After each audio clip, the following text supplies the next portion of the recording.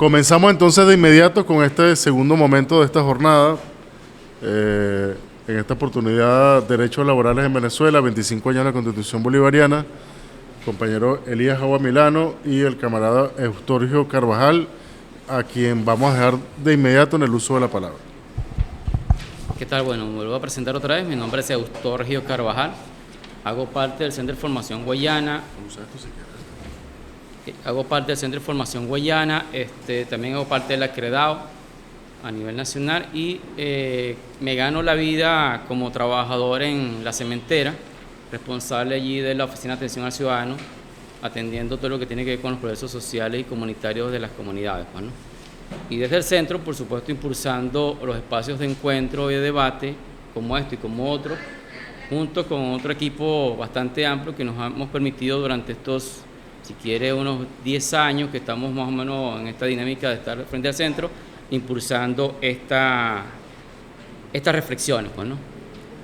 No soy abogado, por lo tanto, mi reflexión no va a ser en torno, de hecho, en los que tiene que ver con derechos laborales y puntuales, sino desde una visión más o menos global de lo que ha sido, desde mi visión y de la visión que hemos estado construyendo, un poco el proceso de los derechos en Venezuela a nivel laboral desde la llegada del presidente Chávez al poder, ¿no? Cuando el presidente Chávez llega al poder se da un hecho importante, que es el hecho de la discusión base de la nueva ley del trabajo, ¿no?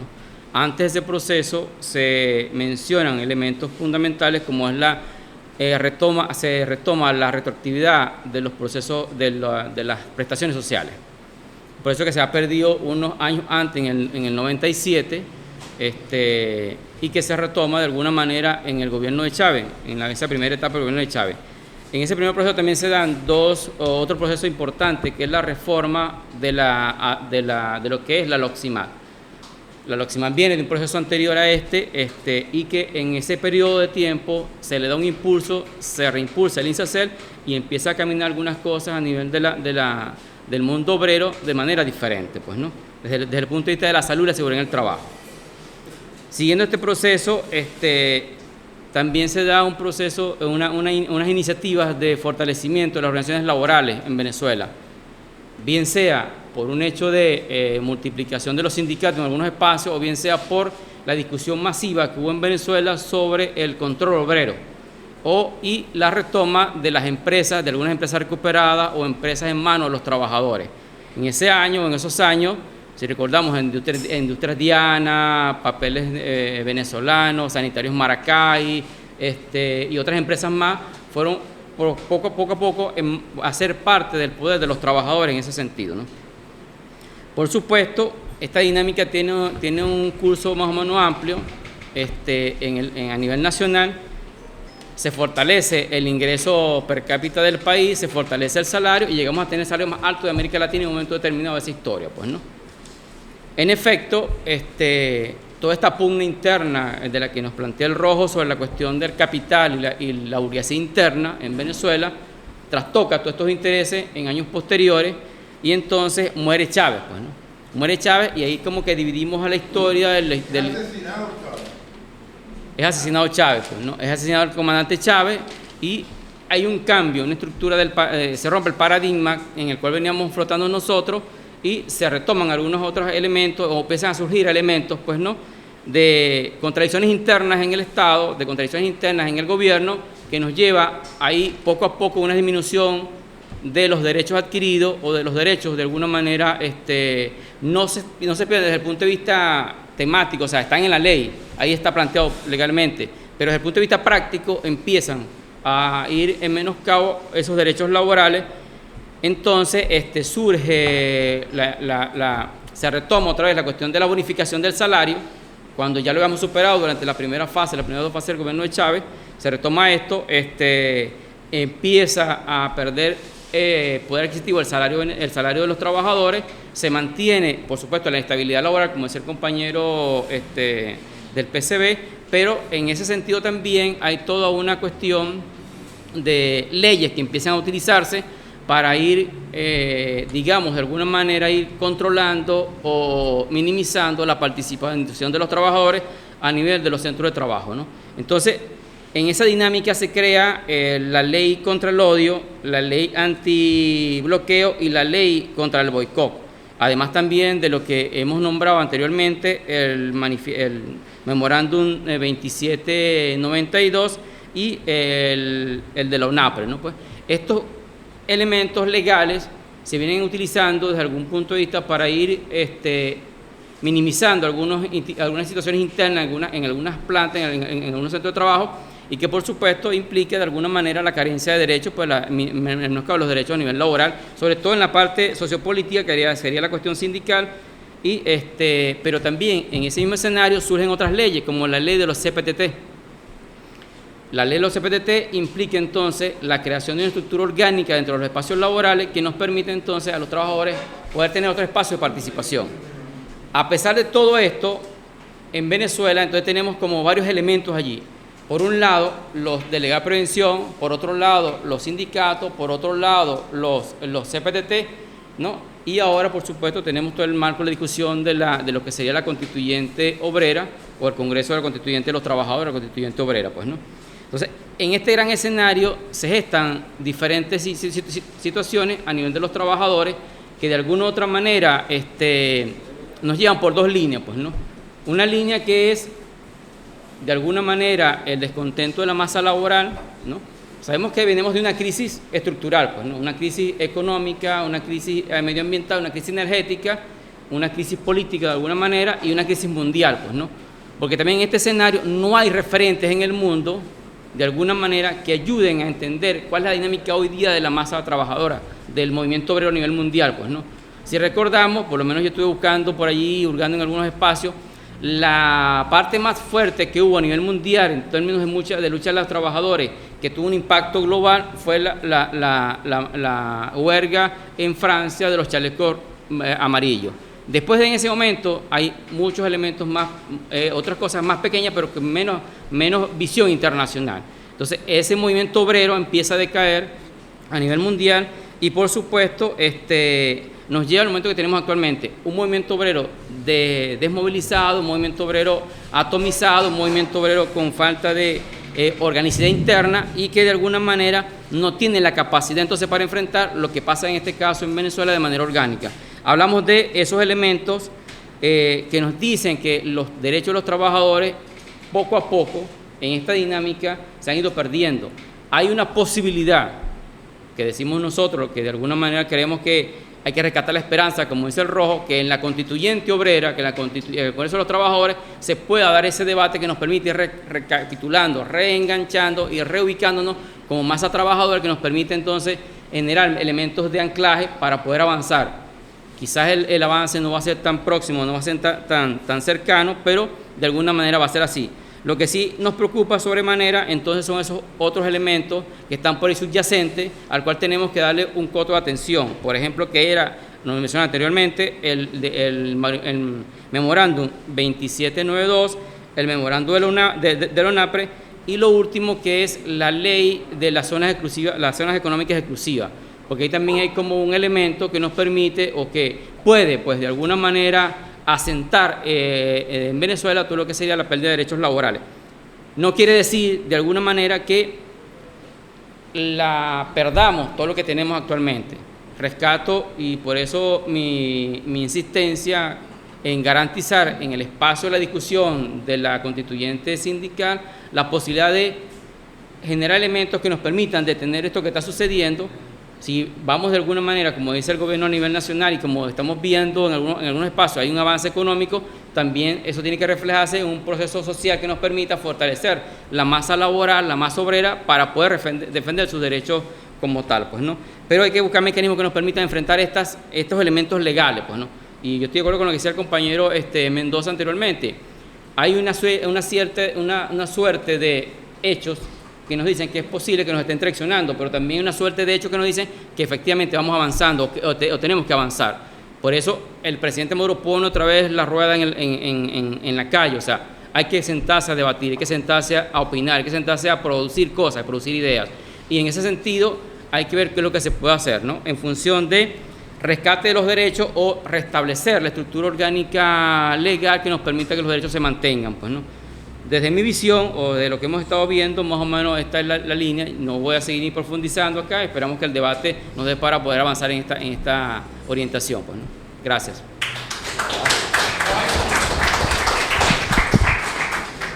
Eustorio me puso a ser más breve que un reto.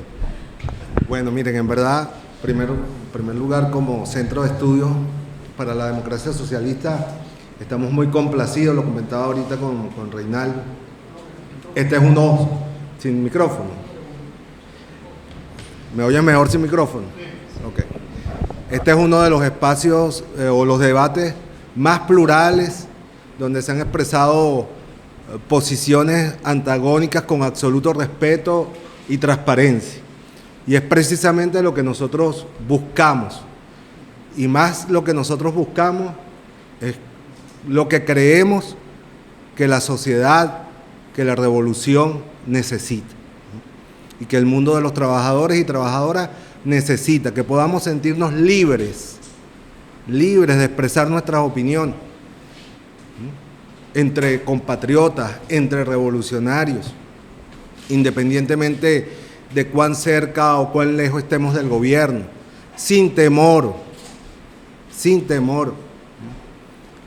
Nosotros podemos consultar este debate y vamos a verlo, los invito a verlos después.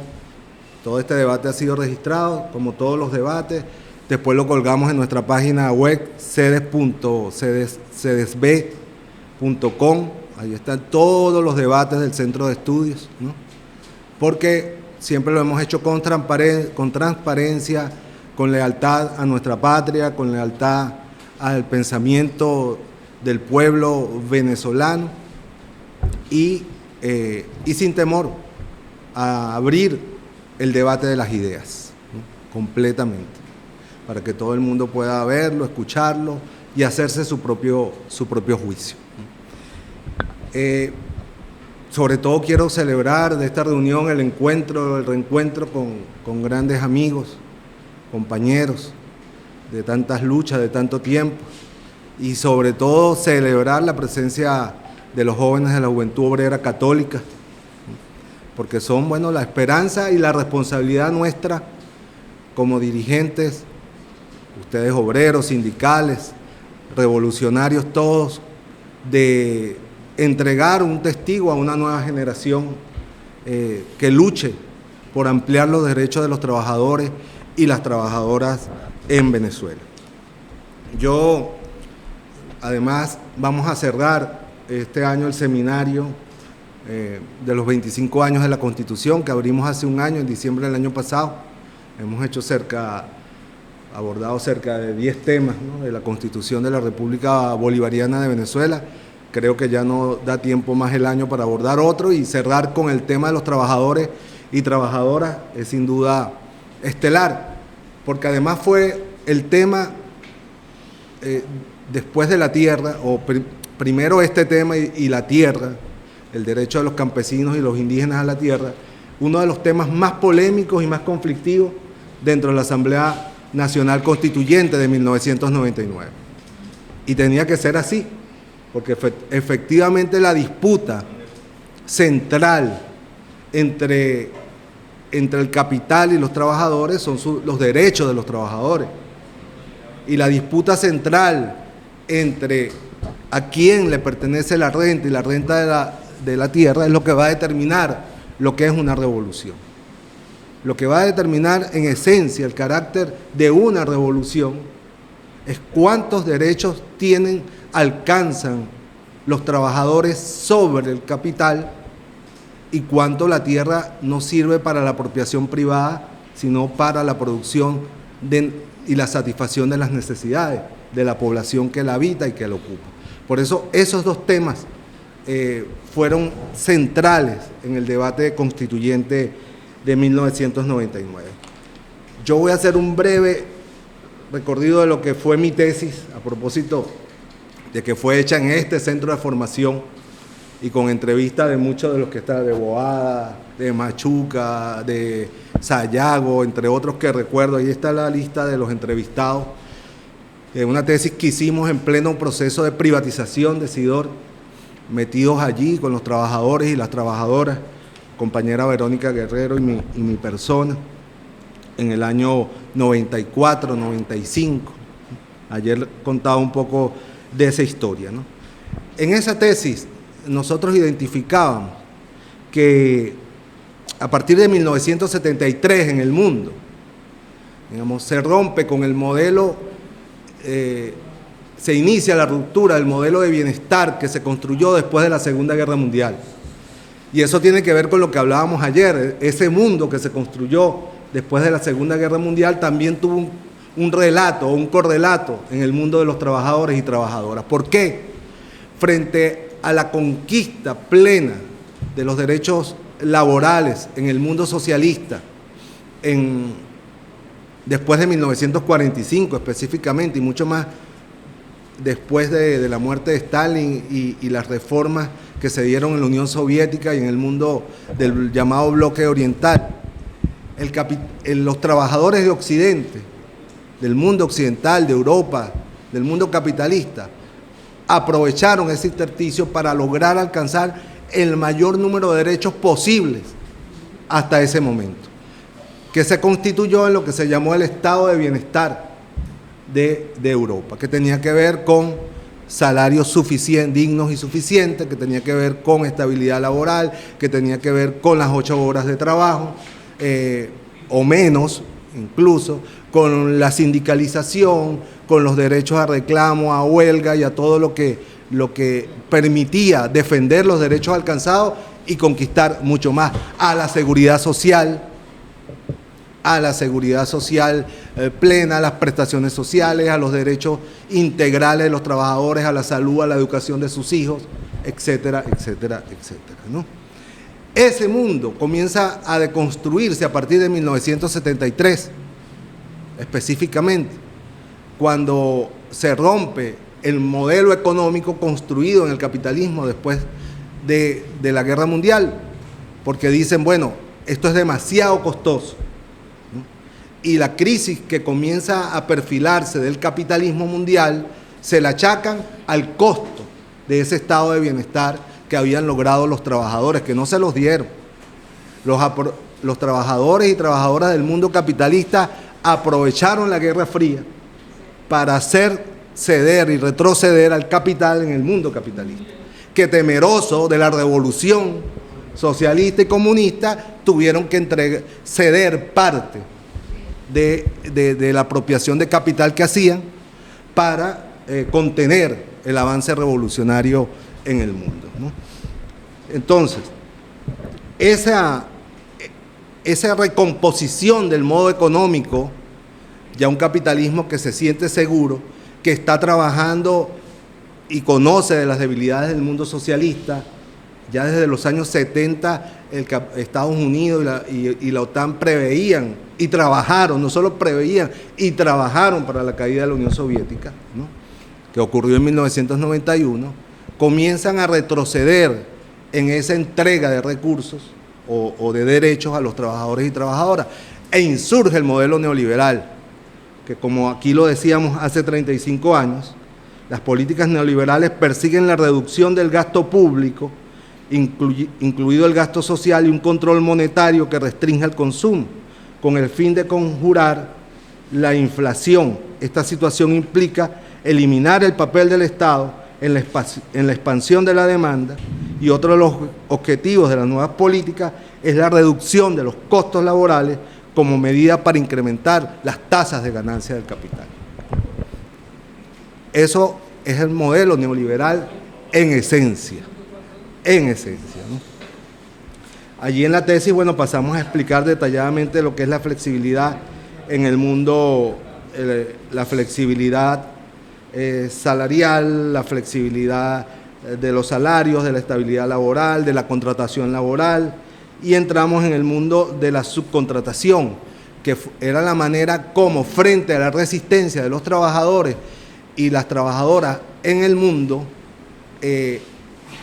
comenzaron una política de tercerización de labores esenciales de las empresas para contratar posteriormente a los mismos trabajadores, pero en unas condiciones laborales más precarias y con menos derechos.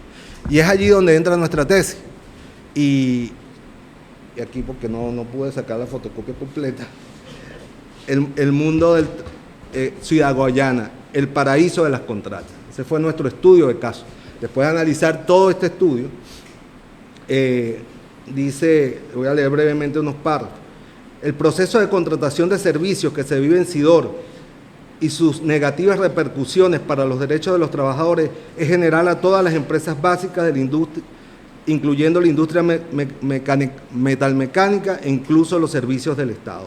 Citando aquí a Hernández, ayer a David Hernández, ¿no? Para mayo de 1984, en la empresa Aluminios del Caroní, laboraban 3.600 trabajadores, de los cuales 706 eran subcontratados, ¿no? Representaba el 23% de la fuerza laboral. Otra de las empresas de la CBG, Interalúmina, contaba para mayo de 1994 con 1.320 trabajadores, de los cuales 450 eran de las contratistas, lo que representaba un 30% de la fuerza laboral. En Ferrominera del Orinoco prestaban servicio 12 contratistas, las cuales empleaban aproximadamente 200 trabajadores. En todas estas empresas, según lo señalado por los respectivos sindicatos, las relaciones de trabajo son sumamente precarias. Al igual que lo constatado en Sidor, estos trabajadores cumplen extensas jornadas de trabajo, reciben salarios muy bajos, están expuestos a sufrir frecuentemente accidentes, no tienen seguridad social, no están sindicalizados, o si lo están, es en sindicatos patronales, y en su mayoría no están amparados por una contratación colectiva. Al respecto, veamos los resultados de una encuesta realizada por ¿quién? El Centro de Formación Guayana, una organización no gubernamental de promoción de derechos de los trabajadores. Hace 35 años estaban ustedes haciendo lo mismo, ¿no? Esta encuesta de la región, los datos arrojados fueron los siguientes. De los 35 contratistas analizadas, 29 prestaban servicios a las empresas básicas. De estas, 19 pagaban el salario mínimo para la fecha y 16 pagaban menos de 13.000 bolívares, incalculable ahorita. 20 empresas no pagaban las horas extras, 34 empresas descontaban el seguro social pero no cotizaban y no cumplían la jornada laboral, entre otras cosas, para no hacerlo más largo. Eso es la agenda neoliberal.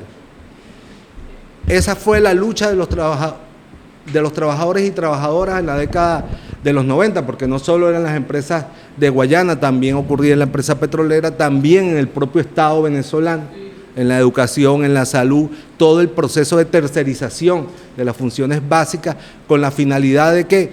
De flexibilizar, de regularizar la jornada de trabajo, los salarios, la seguridad social, la estabilidad laboral y todo esto. ¿Qué sucede? La lucha de los trabajadores, por eso especialmente a los jóvenes y a las jóvenes que hoy han estado presentes en este evento, quiero rescatar que la lucha tiene sentido. Luchar siempre va a tener sentido. Cualquiera sea la circunstancia, siempre hay que luchar con audacia, con inteligencia, con prudencia, dado los contextos y las circunstancias. Pero la lucha de los trabajadores venezolanos y venezolanas se tradujo en una lucha política que permitió una victoria popular el 6 de diciembre de 1998 con el presidente Chávez, y que abrió el proceso popular constituyente de 1999 y que permitió que esa agenda de lucha de los trabajadores y trabajadoras contra el modelo neoliberal, y especialmente en el mundo del trabajo, contra la flexibilización, tuviera una expresión en la Constitución, que finalmente era la coronación de la victoria de esa generación de trabajadores y trabajadoras contra la agenda neoliberal. Y así tenemos los 10 artículos de los derechos laborales de la Constitución de la República Bolivariana de Venezuela. Toda persona tiene derecho a la seguridad social como servicio público de carácter no lucrativo, porque hasta la seguridad social pretendía ser convertida en un negocio con los fondos de pensiones para que el sistema financiero ganara intereses, para reducir el tiempo digamos, el tiempo de cobertura de la seguridad social, no hasta la muerte, bueno, tenías que morirte porque antes que te alcanzara. El artículo 87, que reivindica el trabajo no como un hecho específicamente individual, no solamente individual, sino como un hecho social. El Estado garantizará la adopción de las medidas necesarias a los fines de que toda persona pueda obtener una ocupación productiva que le proporcione una existencia digna y decorosa y le garantice el pleno ejercicio de esos derechos, ¿no? Aquí me voy a referir a 3 artículos que generaron una gran polémica, una gran presión en el seno de la constituyente, que estuvo a punto de hacer explotar a la constituyente, con la presencia en estos debates de toda la cúpula de Fedecámara, como espectadora, pero más que como espectadora, como presión sobre nosotros los constituyentes, ¿no? Donde se establece que el trabajo es un hecho social y gozará de la protección del Estado. La ley dispondrá lo necesario para mejorar las condiciones materiales. Fedecámaras no quería que se aprobara el trabajo como un hecho social, porque decía que era una relación mercantil entre dos partes, ¿no? Y eso es un elemento central del debate entre el capital y el trabajo. No es una relación mercantil, ¿no? Es un hecho social que tiene que ser regulado por el Estado, y donde hay un débil, que es el trabajador, un débil jurídico, que es el trabajador y la trabajadora, y un fuerte jurídico, que es el patrón, el empresario, ¿no? El capital. Ya después voy a terminar con el tema de las garantías. Luego el artículo 90 fue otro gran debate sobre el cual Fedecámara presionó mucho. Nosotros habíamos realmente colocado la jornada de trabajo en 6 horas, ¿no? Ese debate fue muy duro y quedó así. La jornada de trabajo diurna no excederá 8 horas diarias de 44 horas semanales. Ese no excederá el resultado de una larga pugna, ¿no? Porque al final fue un punto de equilibrio. No colocamos las 6 horas, pero tampoco dejamos como fijas las 8 horas, sino que puede ser menos de 8 horas, ¿no? Y más adelante dice, se propenderá a la progresiva disminución de la jornada de trabajo dentro del interés social. El otro artículo que produjo un gran debate, el artículo 91, obviamente fue el del salario. Todo trabajador o trabajadora tiene derecho a un salario suficiente que le permita vivir con dignidad y cubrir para sí y su familia las necesidades básicas, materiales, sociales o intelectuales, ¿no? Otro gran debate y otro gran conflicto, ¿no? Y el mayor, donde se trancó el juego absolutamente y hubo que llevar todo el capítulo a una consulta al presidente Chávez como líder de la revolución, fue el de las prestaciones sociales. Todos los trabajadores y trabajadoras tienen derecho a prestaciones sociales que le reconozcan la antigüedad en el servicio. Esto trancó el juego porque en el seno del polo patriótico habían sectores, era un frente amplio, el chavismo siempre fue un frente amplio, y obviamente los sectores reformistas, defensores del capitalismo, dentro del llamado gran polo patriótico de entonces, del polo patriótico de entonces, pues plantearon prácticamente la ruptura de la constituyente y la presión de Fedecámara desde afuera, de que el país iba a quebrar con este articulado de derechos laborales, que hacía inviable cualquier modelo económico, ¿no? Fue tal el debate que quizás fue la única vez en el que el presidente Chávez tuvo que intervenir en el debate de la Asamblea Constituyente de manera directa.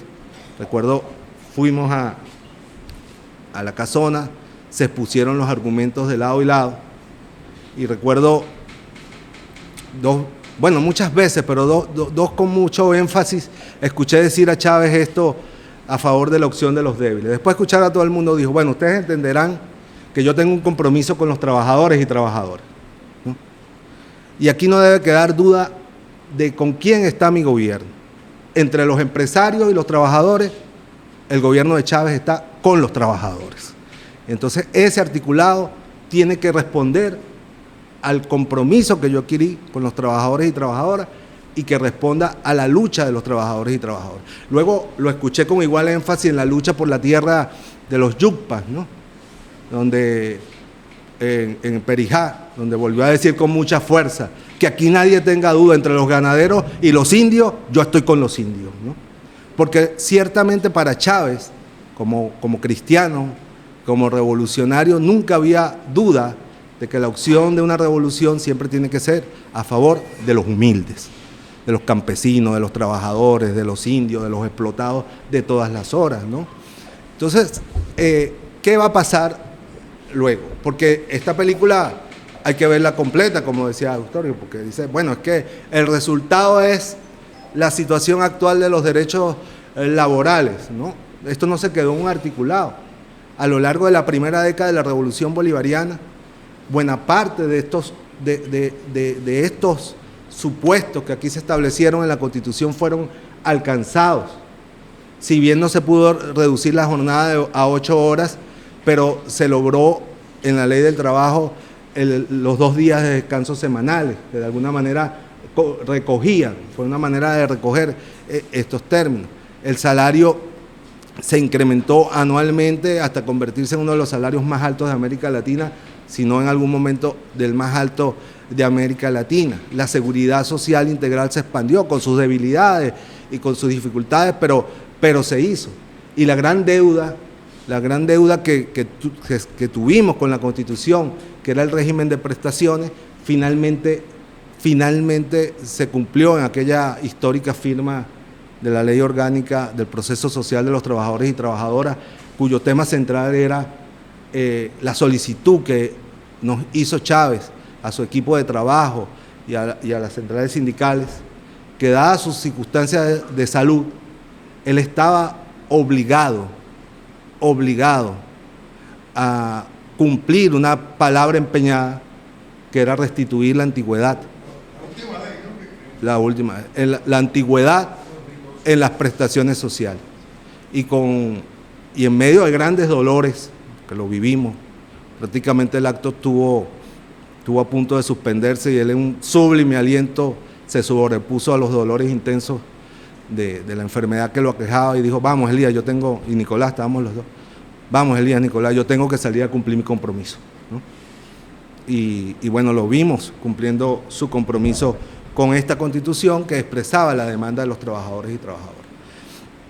Luego vino, bueno, tras la muerte del comandante Chávez, todo el periodo de desestabilización que tiene un peso central. Nadie puede quitarle peso a lo que ha sido efectivamente la drástica reducción de los ingresos petroleros en un 70%. ¿Ocasionado por errores, por las corruptelas? Sí, pero el peso fundamental tiene que ver con la incapacidad de comercializar libremente nuestro petróleo, la incapacidad libremente de adquirir insumos y repuestos, etcétera, y un país cuyo ingreso principal en un 70%, se cae en un 70%, obviamente que iba a tener consecuencias sociales, laborales, económicas sobre la sociedad en su conjunto. Eso es innegable, ¿no? Y en esas circunstancias de caotización de la economía, el capital logró imponerse, ¿no? Y es allí donde tenemos que decirlo con absoluta honestidad. La batalla por la economía la perdimos en el año 2014, 2015, 2016. El capital logró imponer su lógica, logró deconstruir todo el sistema de protección y regulación que esta Constitución había establecido y que a lo largo de la primera década de este siglo se había logrado construir, ¿no? Entonces, más que una decisión del gobierno de asumir una economía de mercado, fue que el capital nos impuso una economía de mercado. Que luego el gobierno va a partir de 2018 con el programa de estabilización económica y de la prosperidad económica, va a asumir una política que responde a un hecho dado, que fue la imposición de una economía de mercado por el capital, es otro elemento discutible, ¿no? Desde todo punto de vista. Ustedes bien saben cuál es mi posición al respecto de ese programa económico y especialmente de la política salarial, que no es el caso a discutir en este momento. Ha sido pública, lo escribí, lo dije en diversas entrevistas, ¿no? Pero el hecho es que toda esta situación, estos dos componentes que he señalado, bueno, han colocado los derechos laborales del pueblo venezolano en una situación bastante compleja y de bastante precarización. Frente a eso, ¿qué hacer? ¿No? ¿Qué hacer?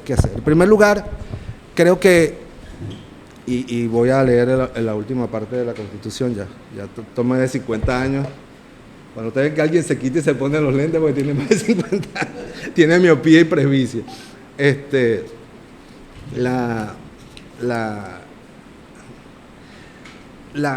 Hay dos principios en los derechos laborales que esta Constitución, que nuestra Constitución recoge, de los cuales la clase trabajadora tiene que aferrarse, porque entendemos que esto es una coyuntura. Ahora, la coyuntura no se puede convertir en lo permanente y lo estructural, y por eso digo que el artículo 89 plantea en su numeral 1, ninguna ley podrá establecer disposiciones que alteren la intangibilidad y progresividad de los derechos y beneficios laborales. En las relaciones laborales prevalece la realidad sobre las formas o apariencias. 2. Los derechos laborales son irrenunciables. Es nula toda acción, acuerdo o convenio que implique renuncia o menoscabo de estos derechos, ¿no? 89. El principio de irrenunciabilidad y de progresividad de los derechos es un elemento central al cual la clase trabajadora no puede renunciar y tiene que aferrarse. La clase trabajadora puede y tiene que entender una circunstancia como la que, y lo ha hecho porque si no, bueno, hubiese paralizado el país. De alguna manera hay una conciencia superior que permite comprender, aunque no justificar ni estar contento con eso, lo que ha pasado en materia salarial y lo que ha pasado en otros aspectos de las condiciones laborales. Pero siempre hay que dejar claro que eso tiene que ser una coyuntura, que los derechos aquí consagrados, que los derechos luchados y conquistados, más temprano tienen que recuperarse y tienen que expandirse más bien, ¿no? Y que cualquier proceso de reforma de la Constitución o de las leyes, etcétera, debe apegarse al principio de progresividad. Yo creo que eso es un elemento central que hay que trabajar, ¿no? El tema se debe defender, por ejemplo, la categoría de salario. A veces uno escucha debates. ¿El salario es una categoría capitalista? Bueno, no es una categoría capitalista. Quien la estableció como categoría de estudio es Carlos Marx, donde establece y dice que el salario es parte. Mucha gente dice que hablar del marxismo es de dinosaurios, ¿no? Observa.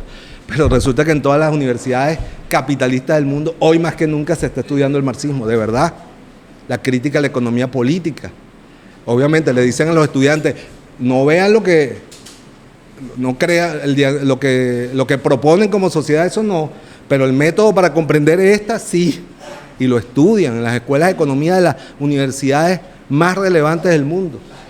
Las élites estudian el capital como forma de comprender y analizar, formar los gerentes para que comprendan la economía política del capital, porque el que la estudió fue Marx. El que estudió cómo funciona el capitalismo, la economía capitalista, es Carlos Marx. Y si tú vas a gerenciar una empresa capitalista, bueno, obviamente tienes que apelar a eso, ¿no? A esos estudios, ¿no? Entonces, el tema del salario, Marx lo plantea, el salario es la puja de los trabajadores por recuperar parte de la fuerza de trabajo que vende y del capital por quedarse con la mayor cantidad de la producción que genera esa fuerza de trabajo. Y esa es la tensión que hay. Por lo tanto, mientras haya una sociedad capitalista, y en Venezuela hay una sociedad capitalista, eso no quiere decir que haya un gobierno con un proyecto socialista, que haya un presidente convencido del socialismo, pero la realidad es que en Venezuela hay una sociedad capitalista, el salario no puede desaparecer, porque el salario es la lucha de los trabajadores por recuperar parte del valor de la fuerza de trabajo que genera cuando produce bienes y servicios o cuando trabaja para comercializar esos bienes y servicios, ¿no? Se debe fundamental la lucha por la jornada del trabajo, porque miren, si bien el tema salarial tiene unas razones en la caída brutal del ingreso petrolero, producto fundamentalmente de todo el esquema de sanciones que se le impuso a la industria petrolera, ¿no? El tema de la jornada laboral no tiene ninguna justificación, y mucho menos en el área de servicio, porque alguien puede decir, oye, en la Unión Soviética, cuando el sitio de Stalingrado, los trabajadores se reventaban durante el sitio, que duró creo que año y medio, ¿no? O sea, morían en las fábricas de trabajo, pero produciendo los misiles, produciendo los tanques, etcétera. Había una necesidad real.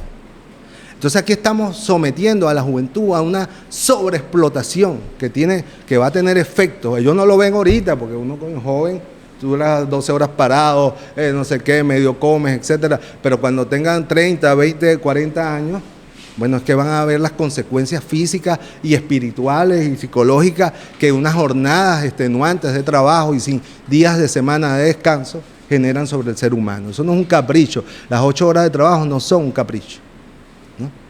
Son el resultado de la necesidad de la preservación de la integridad y del ser humano. Por eso, un tema central que debe asumir una dirigencia sindical revolucionaria es la lucha por la jornada de trabajo, ¿no?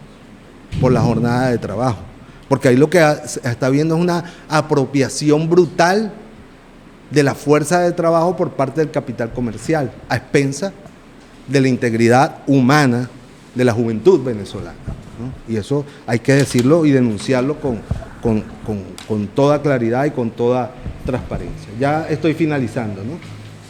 Hay que defender el régimen de prestaciones sociales. Lo que más quiere Fede Cámaras en este momento es una reforma de la ley del trabajo para eliminar la antigüedad en el régimen de prestaciones sociales. Incluso condicionan una política de incremento salarial a eso. Y por eso viene la política de bonificación, fundamentalmente, ¿no? O no fundamentalmente, pero uno de los elementos. Porque el capital privado dice que no puede garantizar unos salarios determinados por el impacto que tiene en las prestaciones sociales, ¿no? Y que eso los quebraría y todo eso. Bueno, es como escucharlos allá en 1999 cuando nos tomaron la constituyente por asalto Fede Cámaras, ¿no?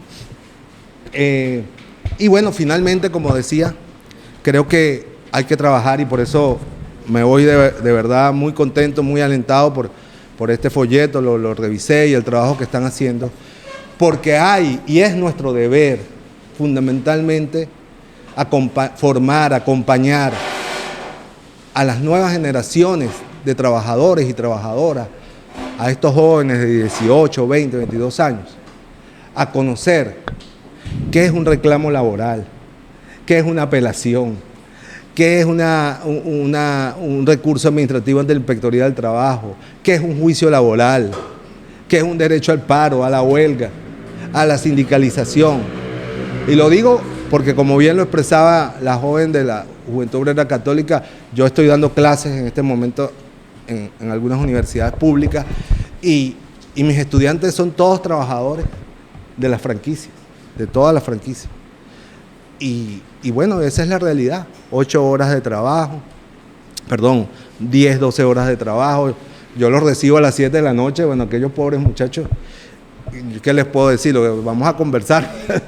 ¿Qué clase les voy a dar yo de teoría y ese tipo de cosas, ¿no? Y para salir a los valles del Tuy y terminar llegando a las 12 de la noche a sus casas, muchas son madres, etcétera. O sea, una juventud aniquilada, humana, intelectualmente.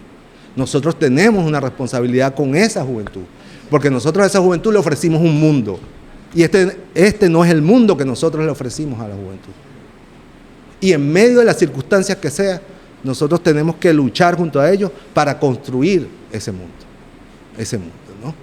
De plenitud del ser humano, de plenitud y de integridad del espíritu y la razón de ser humano, ¿no? Entonces hay que, en primer lugar, formarlos en los instrumentos legales, administrativos y políticos que le permiten al trabajador y a la trabajadora la lucha. Que en las circunstancias actuales es muy difícil, por lo que muchos de ustedes han expresado, es verdad, pero poco a poco se va haciendo el camino.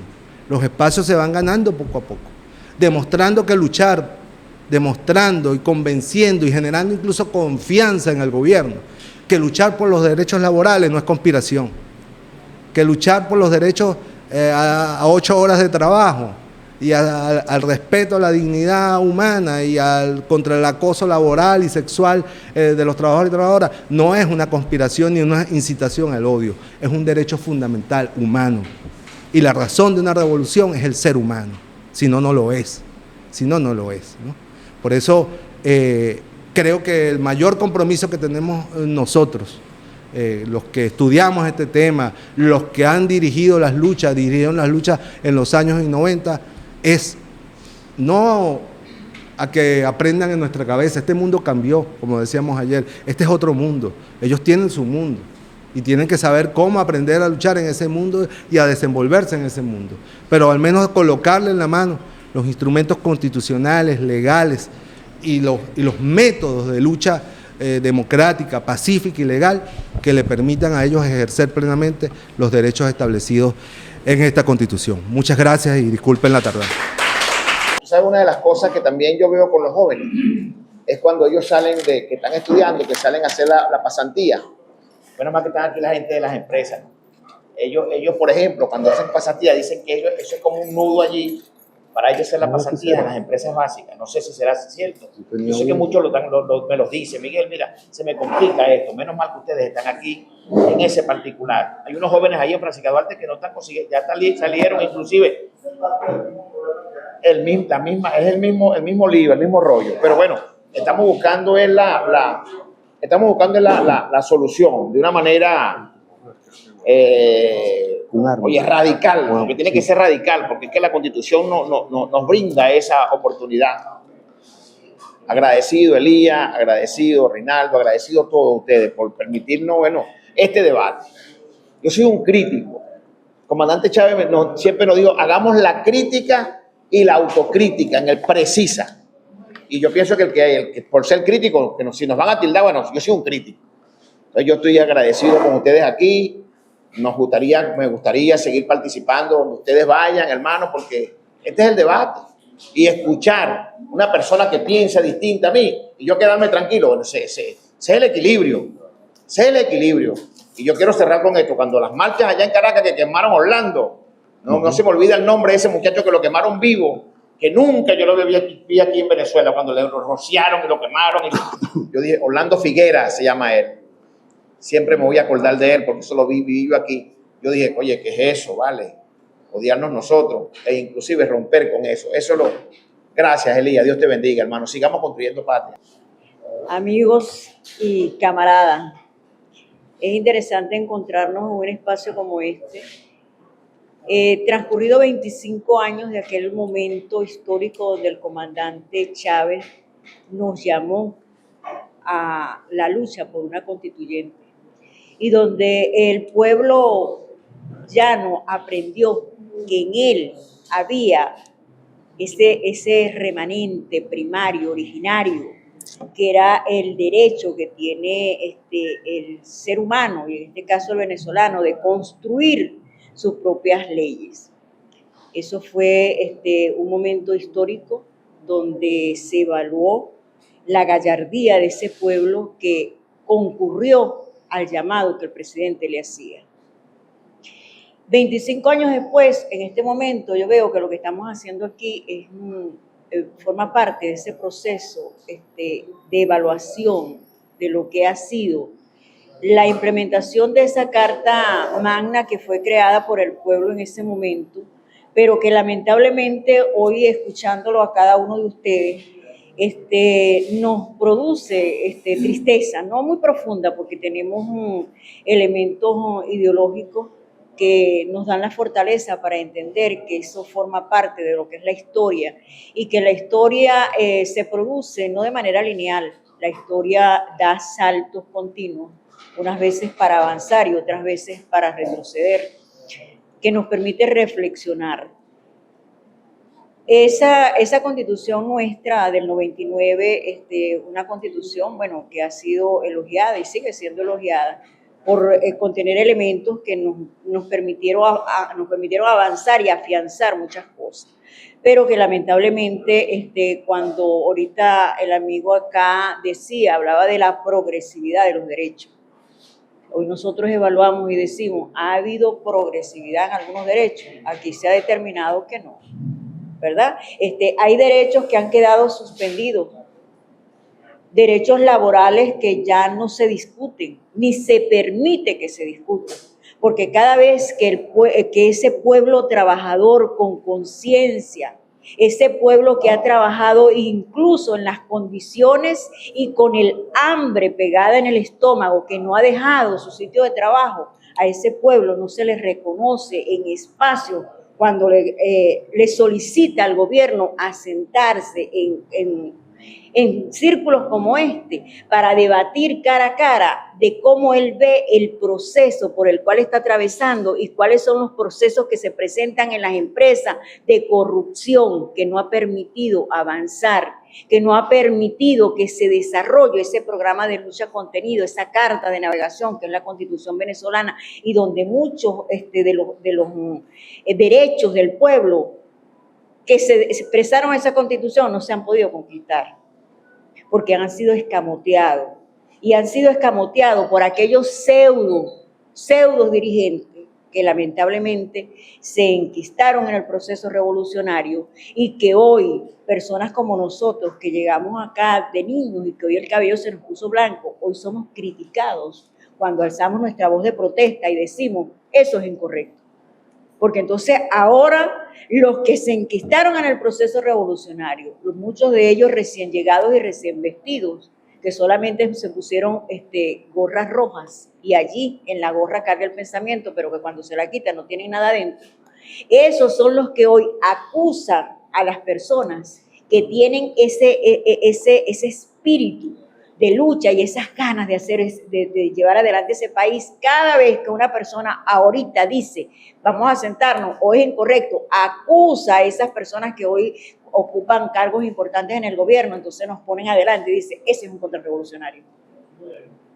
Eso se olvidaron de que el movimiento revolucionario, según nos explicó Carlos Marx, el revolucionario tiene que ser crítico y ser autocrítico. Chávez lo tomó y dijo, el látigo. Hagamos el látigo de la revolución, pero cada vez que ahora alguien se atreve a alzar la voz, oye, les llega el tuntún a la puerta. Es lamentable. Entonces, yo pienso que este proceso constituyente que ahora nos llaman va a ser un proceso distinto. Tiene que ser un proceso distinto, porque cuando Chávez nos llamó era otro el momento histórico. Pero ahorita, en este momento, los revolucionarios y las revolucionarias tienen que dar un paso adelante con firmeza y tratar de ver cómo nosotros penetramos lo impenetrable, porque ahora te escogen a las personas en un concierto. Si vamos a la calle, en las calles, cuando uno quiere, no, ya viene una orden del partido a través de los VC y de los jefes de comunidad, que son rojo, rojito por fuera, pero blanco, blanquito por dentro, muchos de ellos, y entonces ya ellos traen la línea. ¿Que se las pasó Nicolás? No, esa línea no la pasa Nicolás, estoy segura de eso. Esa línea la pasan los directores que tenemos nosotros ahorita en la administración pública, que son los que hacen las políticas públicas y son los que le dicen a la gente, no, mira, allá va, pero allá va fulanito, fulanito y fulanito, y todos votan en bloque por ese fulanito. Lo mismo que pasa ahorita en lo que vamos a hacer mañana. Mañana vamos a votar por unos proyectos, que esos proyectos no tienen nada que ver, muchos de ellos, con las necesidades que tiene el pueblo en sus comunidades, porque estamos haciéndole lo mismo, pasándole por encima. Hablamos de un circuito, en el caso de nosotros, somos un circuito comunal y resulta que de ese circuito comunal, el más chiquitico que tenemos es el que tiene mayores necesidades de vida. Pongo un ejemplo. Oye, la gente casi que se está comiendo las heces en su territorio. Pero resulta que entonces le aplanamos todos los más fuertes y los más grandes y le pasamos por encima a ese problema y votamos porque una escuela, que es en mi caso de mi territorio, tiene unos vidrios rotos. Y por 50 vidrios rotos vamos a meter una cuestión de $10,000 y vamos a poner a votar a toda la comunidad, que incluso no vive en la comunidad, pero ese es el proyecto que a lo mejor gana. Y ese proyecto de vida, un proyecto de vida, como es el proyecto, oye, de agua servida, un proyecto de agua potable, le pasamos por encima porque ese proyecto para nosotros no es importante. Entonces, ese es el problema que tenemos ahorita y que básicamente tenemos que enfrentar, que es el problema ideológico. Porque si uno de los problemas que ha tenido esta revolución es que no ha formado a su militancia, porque somos militancia que no concurrimos a sitios como este para dar debates, somos militancia que nos llaman a votar. Cuando hay un proceso de votación se le dice a la gente por quién votas y y cómo vas a votar, pero se le dio formación a la gente para decir yo voto y mi voto es consciente porque discrimino que ante aquello lo elemental no es lo individual sino es lo colectivo. No hay debate de ese tipo. Por eso es que yo digo que este proceso constituyente de este momento, si se nos escapa de las manos, se va a solapar cosas allí sumamente perversas. Y que este proceso que vamos a vivir ahorita va a ser ratificado cuando vayamos a cambiar nuevamente la Constitución venezolana. Y que estos gazapos que hoy no los vamos a dejar meter, allá va a ser peor. Por eso es que mi llamado para cerrar es un llamado a que los iguales, a los que siempre hemos estado en esta lucha, nos reunamos en espacios como este de manera más continua y que sumemos más gente para que podamos ver cómo damos ese debate, que es un debate histórico de la permanencia del proceso revolucionario, porque lamentablemente para nosotros la revolución no la hicimos con fusiles, la revolución la conquistamos cada 5 años, 6 años en un proceso electoral y que tenemos experiencia que nos las pueden quitar en cualquier momento. Los derechos laborales, yo creo que quiero ir de lo general para llegar a la situación particular que tiene Venezuela. Actualmente a nivel mundial hay una grave crisis económica, política y social y que se refleja en que desaparece el derecho internacional.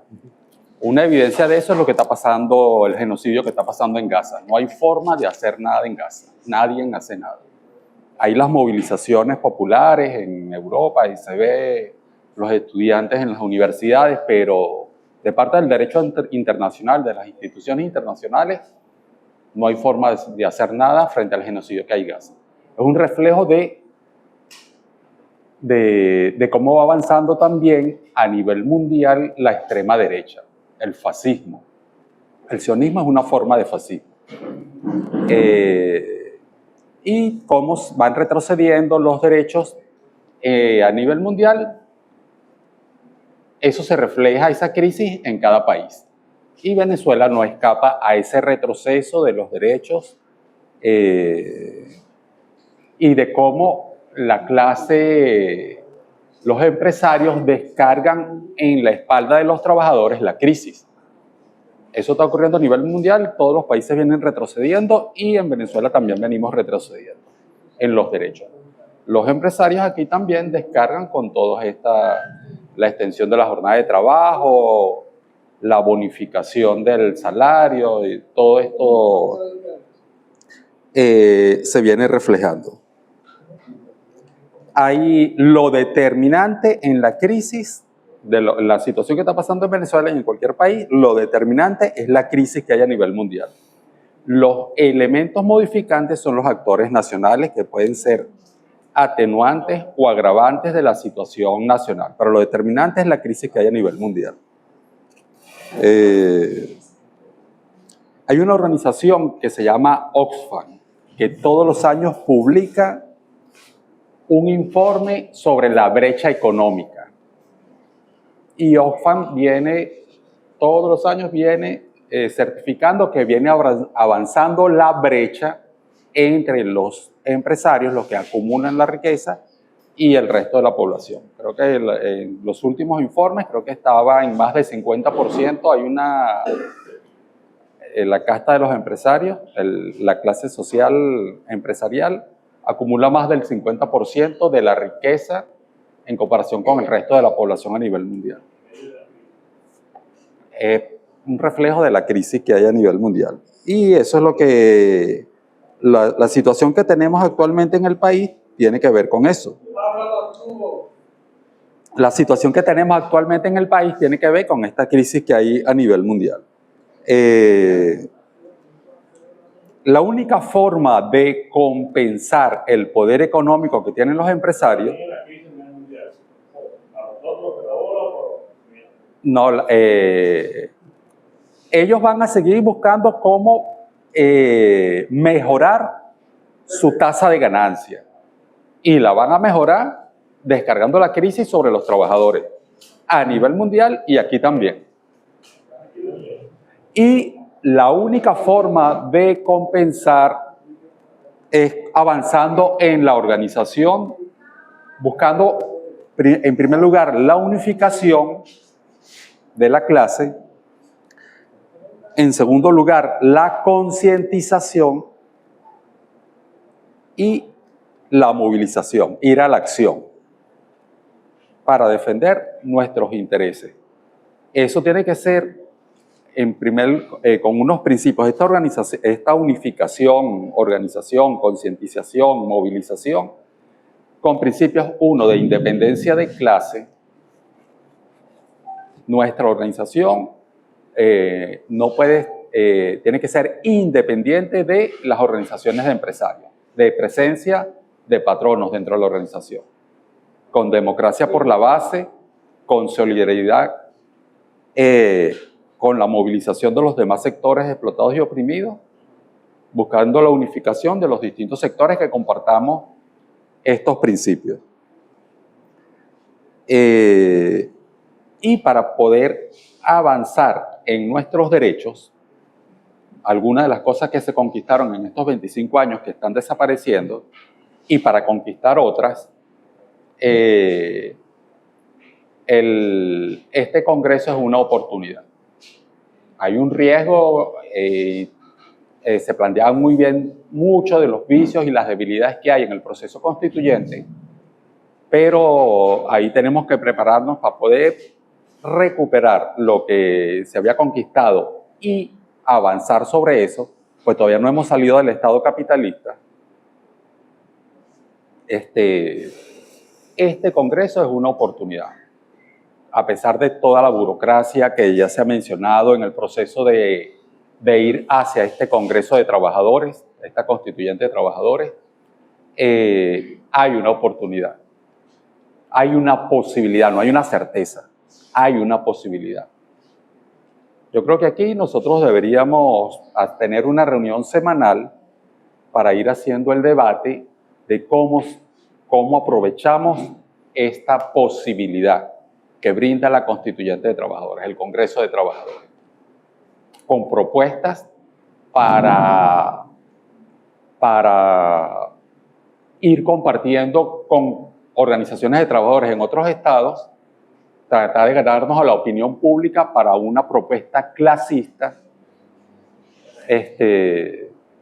y en el Congreso de Trabajadores hacer contacto con las regiones y ver hasta dónde podemos avanzar ahí. Y aunque no se logre avanzar, si la burocracia no hemos logrado derrotar todos estos vicios que ya se han mencionado, bueno, por lo menos hacer contacto y tratar de construir una organización nacional para avanzar con posiciones clasistas sobre toda esta situación que se está presentando con los derechos de los trabajadores. Yo creo que tenemos que tratar de hacer esta crisis.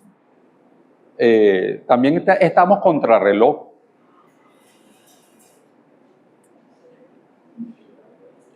Por todo este problema de los barcos que tenemos aquí al frente y los aviones y todo eso, yo no creo que eso estén ahí para negociar. Sino lo que están buscando es cómo instalarse. Y pongo el ejemplo de Siria, pues. En Siria, Estados Unidos no ocupó el territorio sirio. se instaló donde están los pozos petroleros y que estallara la guerra civil y todas las cosas que pasó en Siria, que se anarquizara el país, que se debilitara. Entonces, estamos contrarreloj para todo este debate de organizar a la clase frente a esta amenaza que tenemos ahí de los gringos, que es vital para, en medio de esta crisis y donde puede haber una guerra mundial, contar con petróleo, el que cuente con petróleo, y esta es la primera reserva de petróleo a nivel mundial, el que cuente con el petróleo es vital para ganar la guerra a nivel mundial, si se llega a dar esa guerra mundial. Fíjate, yo reivindico la propuesta que hace Elías, en el sentido de que no podemos perder los derechos que hemos conquistado. Esa ley del trabajo no es un regalo de Chávez, es la conquista histórica de la clase obrera venezolana, que en el transcurrir de la vida conquistamos un coñazo de derechos que aparece plasmado en esta ley, y la firmó Chávez. Desde la huelga petrolera hasta el día de hoy, fueron luchas y luchas de los trabajadores, presos, muertos, perseguidos en la Cuarta República. O sea, no fue un regalo, ojo, porque se lo han querido vender. No, la ley de trabajo fue un regalo. No, una conquista, y que Chávez supo... Para Chávez era un compromiso. Reconocer como un compromiso de los trabajadores, de la lucha histórica de la clase obrera. Entonces, nuestros derechos no pueden ser renunciables. No podemos, ni por bloqueo, ni medida económica, ni por nada. Son nuestros derechos como clase. Porque si nosotros perdemos nuestros derechos, la burguesía conquista ese espacio. Y hasta el día de hoy yo reconozco que a nivel internacional la lógica del capital se ha impuesto, y aquí en Venezuela también estamos derrotados con la lógica del capital. Se ha impuesto el capital. Una verdad. Por lo tanto, por eso yo reivindico que hay que sembrar la esperanza, y la esperanza se siembra con las luchas por la reducción de la jornada de trabajo. Mientras nosotros estamos proponiendo aquí reducir la jornada de trabajo para tener vida, pues para eso luchamos. Yo creo que nosotros luchamos por una sociedad feliz. Y así me la vendió mi abuelo mío, el viejo Manolo. Mira, la sociedad socialista, me decía un viejo español, tiene que ser por la felicidad del pueblo, pero nos pone esclavitud.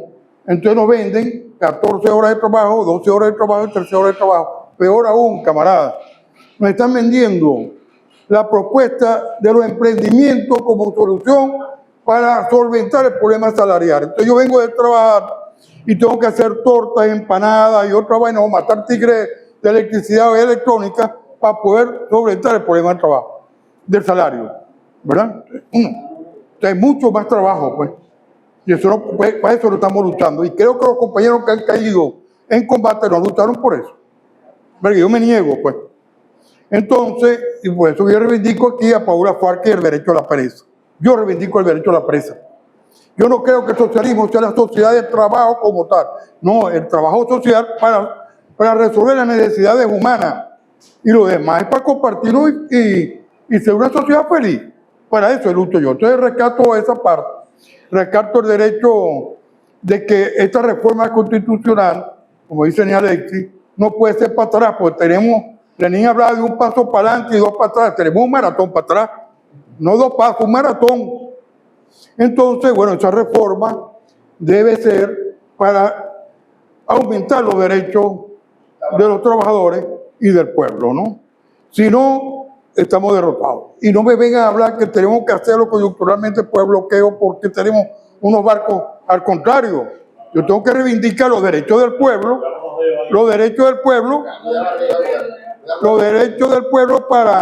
para confrontar al enemigo. Si el enemigo me quiere a mí aumentar las horas de trabajo, yo tengo que luchar porque no se hace. Si me quiere llevar a la sobreexplotación del trabajo, yo tengo que luchar contra la sobreexplotación del trabajo por una sociedad que no explota a nadie.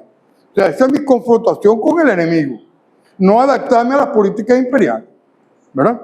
Para terminar, entonces, sigo diciendo que tenemos que sembrar la esperanza, porque sin esperanza le estamos dando la oportunidad al fascismo que venga. Y por último, camarada, los emprendimientos que lo están vendiendo como política socialista es lo que plantea María Corina con el capitalismo popular.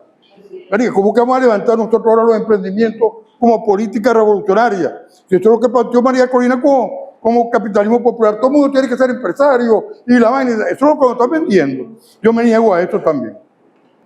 Nosotros los venezolanos no estamos acostumbrados a que nos están regalando nada. Está bien lo que está hablando Elías, porque así estamos conociendo más o menos el porqué. Primero, el presidente dijo proceso social constituyente, ¿no?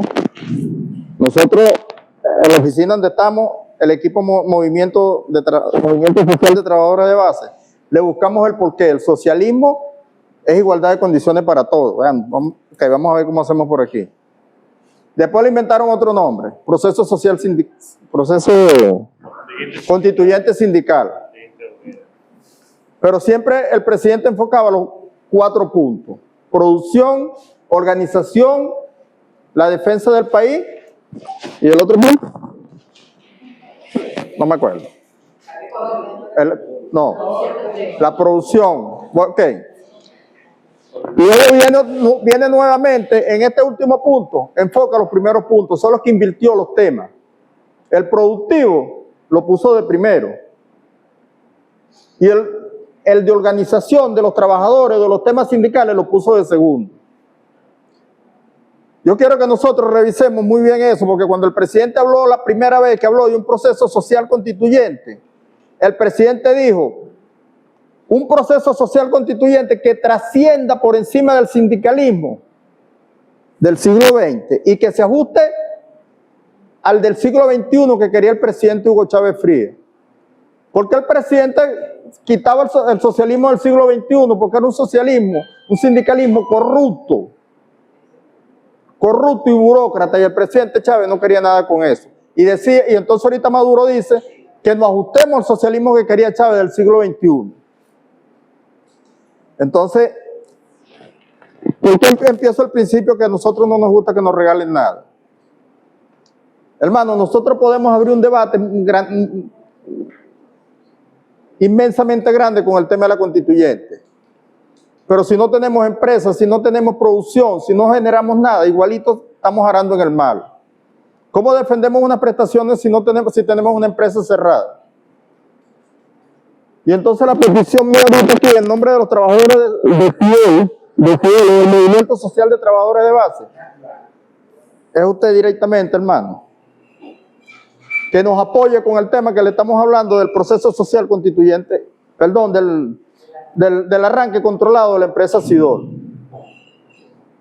Nosotros estamos tratando de salvar el colapso que ya generaron unas personas que están aquí, vestidos de revolucionarios.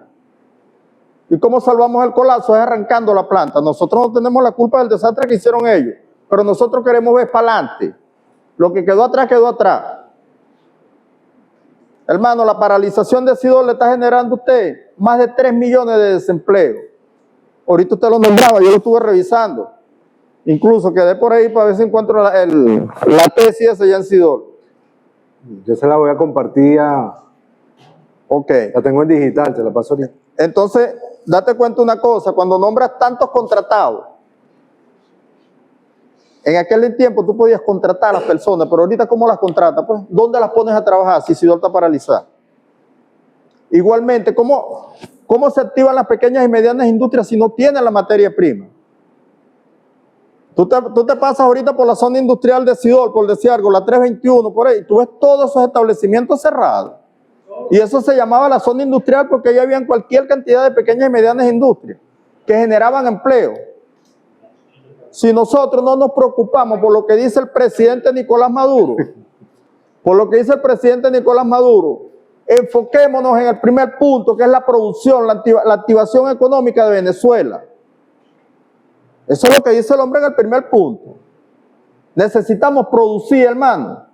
Nosotros, los trabajadores de Guayana, no podemos seguir viviendo de un rentismo petrolero que ya debiera de ser para mantener las misiones, para mantener los empleados públicos. Nosotros, los de las empresas básicas, tenemos que generar lo que no comemos, ¿no? Pero no nos deja, necesitamos activar las empresas. Ahorita el hombre dijo, pasé una pasantía a un muchacho que sale de una universidad, le cuesta una pelota. Porque no hay donde colocarlo, hermano, las empresas están cerradas. Yo le voy a poner un ejemplo de Benalún. Benalún hasta en el 2016, Benalún tenía 915 celdas. Ok, hubo un apagón, se dañaron una porque hubo un apagón de electricidad. Pero es que se dañaron 760 celdas que faltan. No, hermano, no se dañaron. Se dañarían algunas, las demás las chatarrearon y se las robaron. Porque eso es lo que están haciendo aquí. Yo en Sidol vi cómo tumbaron más de un galpón. Pero ¿cómo te metes tú en ese problema? Pues ahorita yo escuché cuando hablaron aquí. Tú ibas y denunciabas esa broma. Coño, ¿cómo es posible que estés acabando con esta empresa? El otro día te mandó a meterte en ese peo. Eso no es peo tuyo. Estás preso. Entonces, hermano, nosotros los trabajadores de Guayana tenemos sentido de pertenencia, tenemos dolor por nuestras empresas. Y le estamos pidiendo a usted, desde este foro, o de esta clase, como lo llamen, no sé, que por favor tome en cuenta lo que le estamos planteando del arranque controlado de las empresas. Porque esa es una de las alternativas para reactivar la economía de Guayana y parte de Venezuela. Porque las pymes están regadas por toda Venezuela, Valencia, Maracay, qué sé yo, por todos lados. Y mientras tú has sido parado, estamos complicados, ¿yo? Estamos complicados. Así hagamos la constituyente, el foro, lo que hagamos. Tenemos que reactivar las empresas básicas. Creo que te vi hace unos años atrás, creo que 2016, cuando comenzó toda esta crisis, ¿verdad? Económica.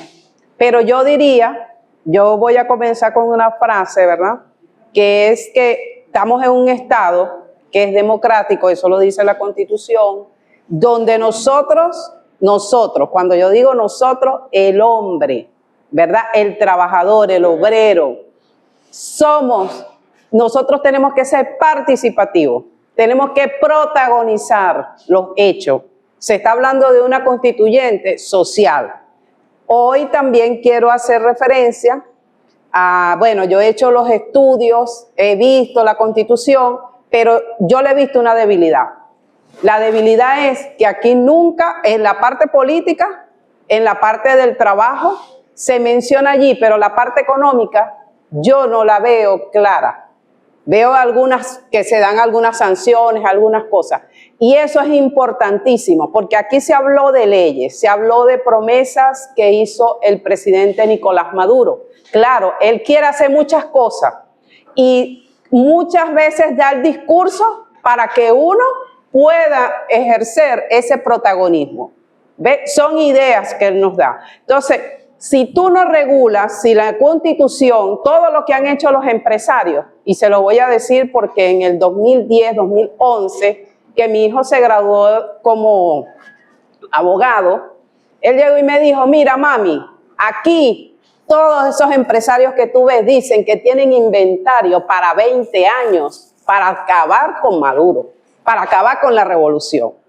Entonces, eso fue algo que a él, como ustedes están hablando, dijo que lo deprimió, lo desmotivó, ¿me entiendes? Entonces, él ahí dice, y él iba con su empleador al Ministerio del Trabajo, y él decía, yo, este no quiere trabajar, que no trabaje, yo lo saco, lo voto. ¿Por qué? Porque yo voy y pago. Aquí se habló también de corrupción, ¿ves? Entonces, todo eso lo tenemos en los sistemas. Y nosotros lo tenemos, ¿por qué? Porque la gente se acostumbró a lo fácil. Cuando yo digo lo fácil, tú puedes enfrentar un problema o simple y llanamente dices, me aparto. ¿Ve? Y eso es lo que nos ha estado pasando a nosotros, a la gran mayoría. Yo estoy aquí como jefe de comunidad y la estrategia que yo he estado utilizando, porque aquí también se habló de los pocos revolucionarios, pero ¿qué yo le digo a la gente? Cuando la gente llega y me dice, Yanixa, ¿cómo vamos a resolver tal cosa? Yo le dije, ok, tú me tienes que acompañar y tienes que trabajar conmigo. Tú no me vas a decir que soy yo el que te voy a resolver el problema. Tú tienes que venir conmigo, trabajar, porque a mí no me da el tiempo ni me da el esfuerzo para yo resolver todos los problemas. Entonces, ¿qué tengo que hacer yo? Utilizar esa estrategia. Aquí estamos hablando, el hombre es el que dinamiza la economía.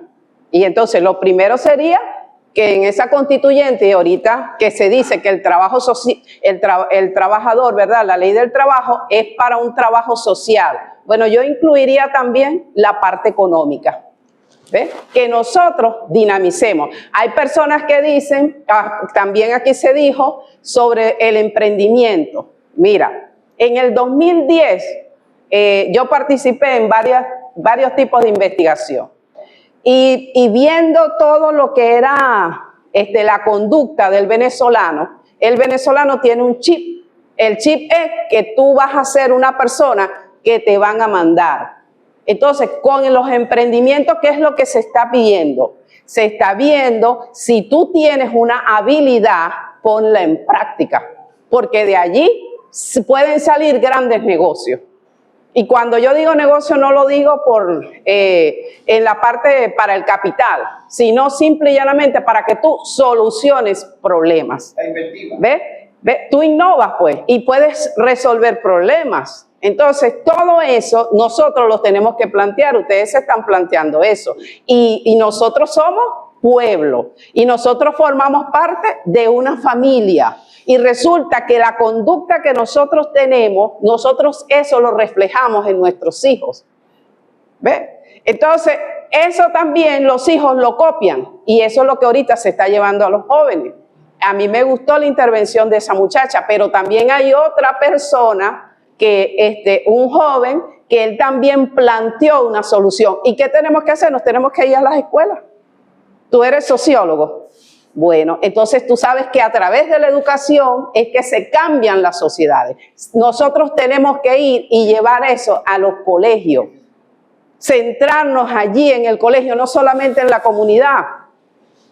¿Por qué en la comunidad? Porque sabemos también que tenemos personas que bueno, por lo menos lo que yo he visto en mi entorno, en mi sitio de trabajo, porque soy de la Universidad de Oriente, ¿verdad? Egresada de la Universidad de Oriente, trabajé allí durante 28 años y simple y llanamente uno llevaba un trabajo de investigación, porque eso mi contrato colectivo me permitía como personal administrativo para tú poder ascender, tener trabajo de investigación. Y cuando uno llevaba sus trabajos, bueno, decían, no, pero ¿para qué tú quieres poner ese trabajo si ese trabajo es para trabajar con este gobierno, con el socialismo? Entonces eso también te lo tranca. Es una universidad autónoma. Se supone que es una universidad que está preparando personal, ¿verdad? Digamos así, trabajadores, porque todos somos trabajadores, preparándolo, ¿para qué? Para desarrollar el nivel oriental, y está en 5 estados. Una universidad es la tercera de las autónomas, la tercera mayor no tanto en Venezuela, a nivel territorial. ¿Ves? Con bienes nacionales es la tercera. Con terrenos donde pozos petroleros se explotaba petróleo. ¿Ves? Donde había ganado, donde había búfalos, crías de búfalo. Entonces, por supuesto, asimismo, nosotros tenemos una caja de ahorro, y la caja de ahorro es también con propiedades que se podían explotar, pero ¿qué? Ellos no iban a hacer eso porque no iban a trabajar con este gobierno. Eso es lo que nosotros estamos cosechando ahorita. ¿Ves? Entonces, a veces nos ponemos o estamos criticando, pero también tenemos que ver la historia, ¿ves? La historia. Y estar pendiente, ¿qué hemos hecho? Nosotros somos trabajadores. Aquí me han hablado de 60,000, 30,000 trabajadores. ¿Y dónde viven esos trabajadores? Dijo que usted vive en Francisca Duarte. ¿Qué usted está haciendo en su comunidad? Ajá, ¿ves? Entonces, eso es lo que nosotros tenemos. Usted dijo, Machuca, que tenía ¿cuántos trabajadores en su organización ahorita? No sé. Ok, X pues. Son 10. ¿Qué están haciendo esos 10 en su comunidad? Porque el presidente de la República está, la Universidad del UNACON, que el profesor también está allí, tenemos ahorita todas las políticas que está dando el presidente de la República. Lo que está diciéndonos es que él solo, ese hombre solo allá, él no lo puede hacer. Perdón. Él solo no puede hacerlo. Él nos necesita a nosotros, que estamos aquí agua abajo. ¿Ve? Independientemente. La corrupción, yo les voy a decir algo. Yo leí un libro en el año 1998 que hablaba de la corrupción. La corrupción está desde antes de Jesucristo. ¿Ves? Eso está desde antes. Eso no me puede decir alguien. Ajá, no pueden decir ahorita, no, la corrupción vino porque llegó la revolución. Y una experiencia antes de que llegara Chávez, cuando hubo el terremoto allá en Cumaná, bueno, en Cariaco y Cumaná, hubo una persona que me dijo que ellos querían salir. Así me dijo y me habló los siriglianos, el otro, todos ellos, queremos salir nosotros de esta pila de sinvergüenza, borrachos, adúlteros, etcétera. Y toditos vamos a apoyar a Chávez. Eso me lo está diciendo alguien que yo sé que está, digamos así, que eran familias de diputados, de la gente que estaba en el Congreso, eran también personas que estaban trabajando con Carlos Andrés Pérez. Y entonces él dijo eso, cuando él me dice eso, y dijo, nosotros necesitamos que nuestros hijos entren allí y lo vamos a apoyar para que nuestros hijos puedan robar, porque estos no nos dejan robar. Entonces ya nosotros, eso le estoy hablando de historia, ya nosotros sabemos con qué venía esa gente. Y ahorita decimos, están infiltrados. Uno sabe que están infiltrados. Uno los tiene ahí en la comunidad. Y todo el que está, todas las personas, la mayoría de los que yo he visto, que rechazan el proceso de revolución, es porque tienen algo que tenían de aquello. ¿Y qué es lo que saben ahorita? Por lo menos en mi universidad. Si llegan y hacen una investigación, bueno, ahí le van a quitar la casa y cuestiones que tiene mucha gente porque son bienes nacionales, pero que de una u otra forma las ocuparon, y entonces ahorita, claro, van a querer que llegue la revolución. No va a querer que llegue la revolución, porque sabe que tú vas a decir, yo necesito esos bienes nacionales, ¿para qué? Para hacer trabajo de investigación, para salir adelante. Entonces, nosotros podemos hablar, podemos decir, pero también tenemos que saber qué estamos haciendo nosotros. En mi comunidad, ¿qué yo estoy haciendo? ¿Cómo yo estoy buscando la forma de resolver los problemas que están aquí en mi comunidad? Y si tengo un equipo de trabajo, una cantidad de hombres, de trabajadores, entonces, ¿cómo yo puedo resolver? Si sabemos que tenemos ese problema con los jóvenes, bueno, mira, a los jóvenes hay que agruparlos o equiparlos de forma tal de que sean empresarios. Porque simple y llanamente ahorita, si somos unos empleados, tenemos que salir. O sea, tenemos que hacer lo mismo que hacen los familiares nuestros en el exterior. Trabajar 16 horas, tener 2 y 3 trabajos. ¿Ves? Y ahí se encuentran ellos con personas que los ponen a trabajar y no les pagan. Simple y ya no le dicen, vete de aquí si no vas preso. Entonces, todo eso, nosotros vamos a reunirnos. Si cada uno pone un bolívar en nuestras comunidades, cada uno coloca un bolívar, vamos a hacerle una empresa de producción social a los jóvenes, una empresa de producción familiar también a los jóvenes, ¿ve? Y así comenzamos, que ellos puedan trabajar y educarse. ¿Por qué? Porque necesitan educarse. ¿Ves? No pueden ya perder tiempo, ya uno lo pasó. Ya uno cumplió, por lo menos yo cumplí, porque yo le di toda la educación a mi hijo, ¿verdad? Y yo fui enseñándole, ¿para qué? Para que él pudiera ser independiente, él no dependiera toda la vida de mí. Pero nosotros tenemos que darle eso a los jóvenes y tenemos que irnos a los colegios. Las personas que aquí tienen madurez política, que conocen de la vida, vayan a los colegios y demos charla. Demos charla, tenemos que decirle que ellos se involucren y ya desde pequeñito No solamente quedarnos aquí, podemos criticar, podemos hablar, podemos decir, bueno, también para culminar y ya no extenderme, hay una parte que yo pienso que tú que tienes ese movimiento, Elías, ¿verdad? Que, movimiento o ese centro de estudio que cada uno de nosotros que nos vayamos de aquí, hagamos documentos, y me imagino que tú tendrás un equipo multidisciplinario, y entonces uno plasme, porque es que necesitamos escribir, necesitamos plasmar y luego hacer un encuentro como este, ¿verdad? Que sea mucho más amplio para debatir. ¿Ves?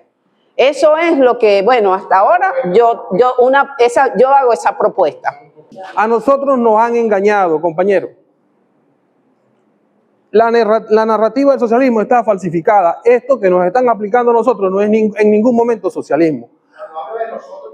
Me incluyo como trabajador y como representante de trabajadores, porque yo soy secretario general de un grupo de trabajadores y hemos dado ese debate, porque hemos apoyado este proceso y hemos dado cuenta de muchas irregularidades.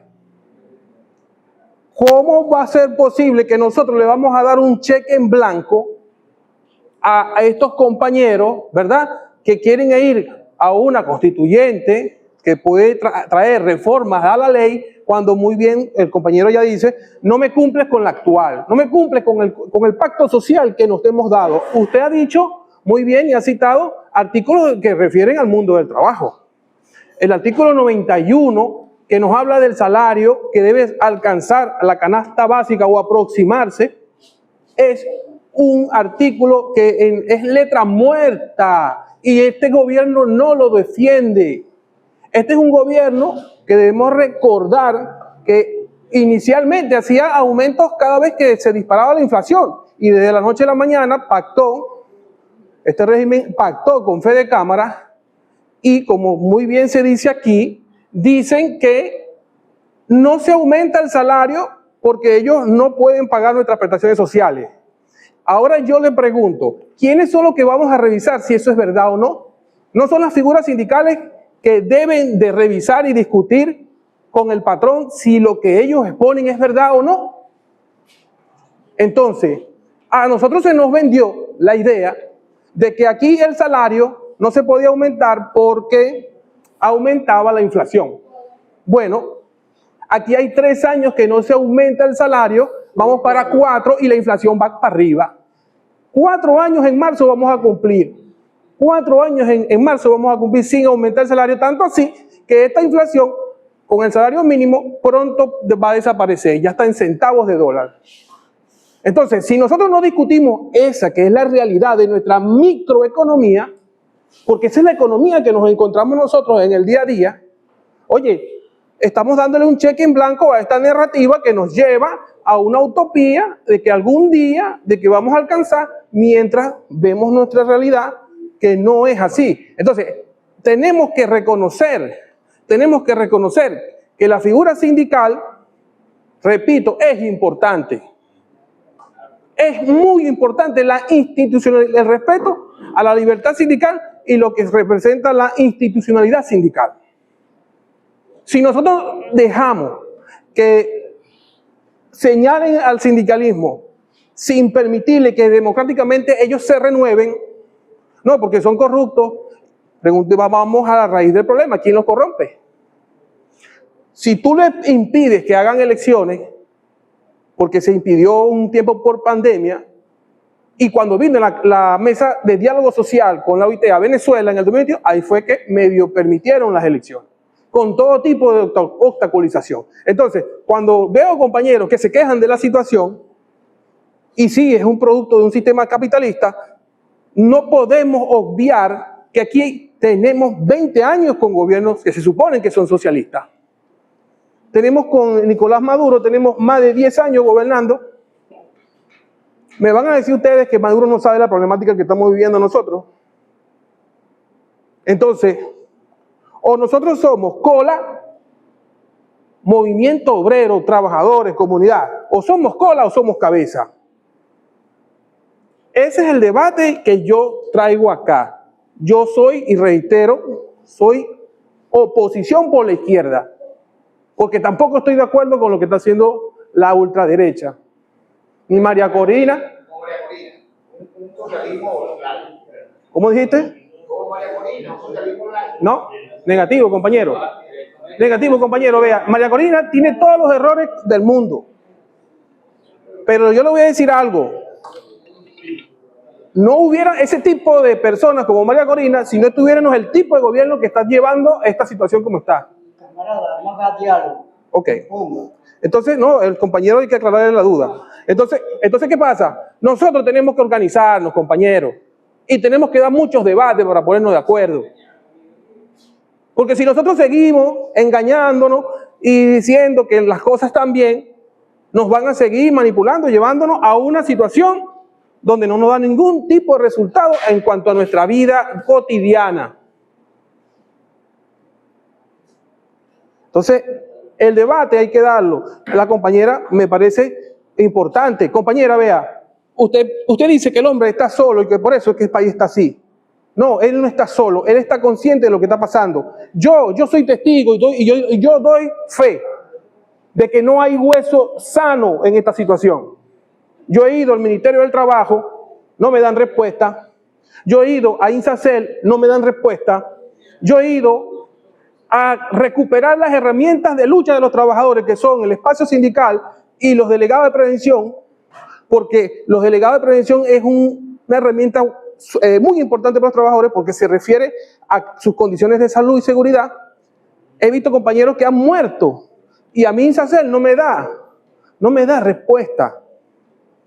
No me da respuesta. Quiero hacer elecciones y a mí el CNE no me da respuesta.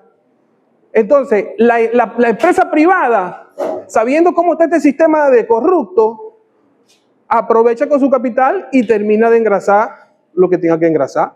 Y judicializan las elecciones, judicializan al liderazgo, judicializan y buscan de cualquier manera de reprimir.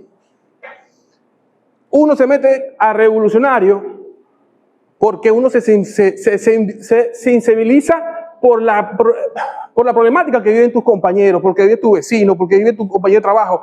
Compañeros que te dicen, yo me voy del país, y no es que es una moda, compañeros, se lo digo, no es una moda. Aquí la gente, yo lo vi en el comedor de la empresa, sacaban las proteínas de su plato de comida y se las metían en un perol de Tupperware y se lo llevaban a sus hijos a su casa.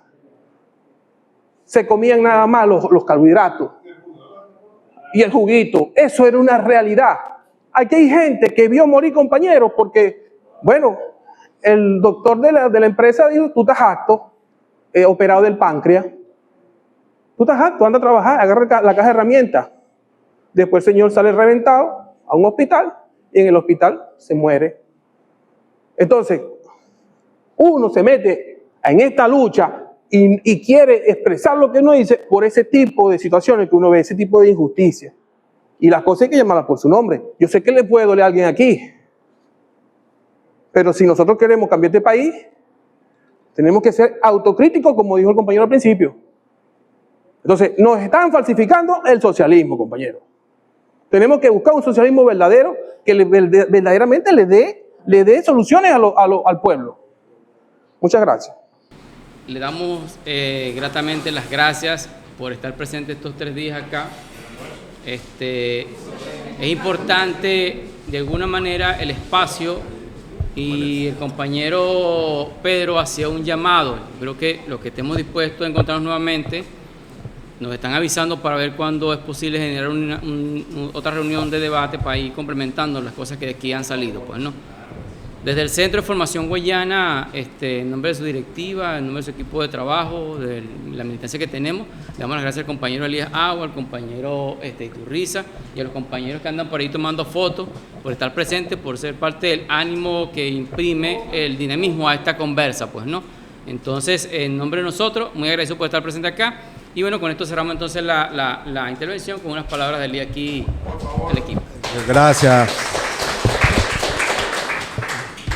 camarada. Gracias a todo el Centro de Formación Guayana en nombre del Centro de Estudios para la Democracia Socialista, que no es un movimiento, es un centro de estudio, de debate, de promoción del debate. Yo aún sigo siendo militante del Partido Socialista Unido de Venezuela, o sea que mi movimiento es el Partido Socialista Unido de Venezuela, ¿no? Para que no quede duda, hasta nuevo aviso, creo yo que todavía soy. Por lo menos yo creo que soy, eso es lo importante.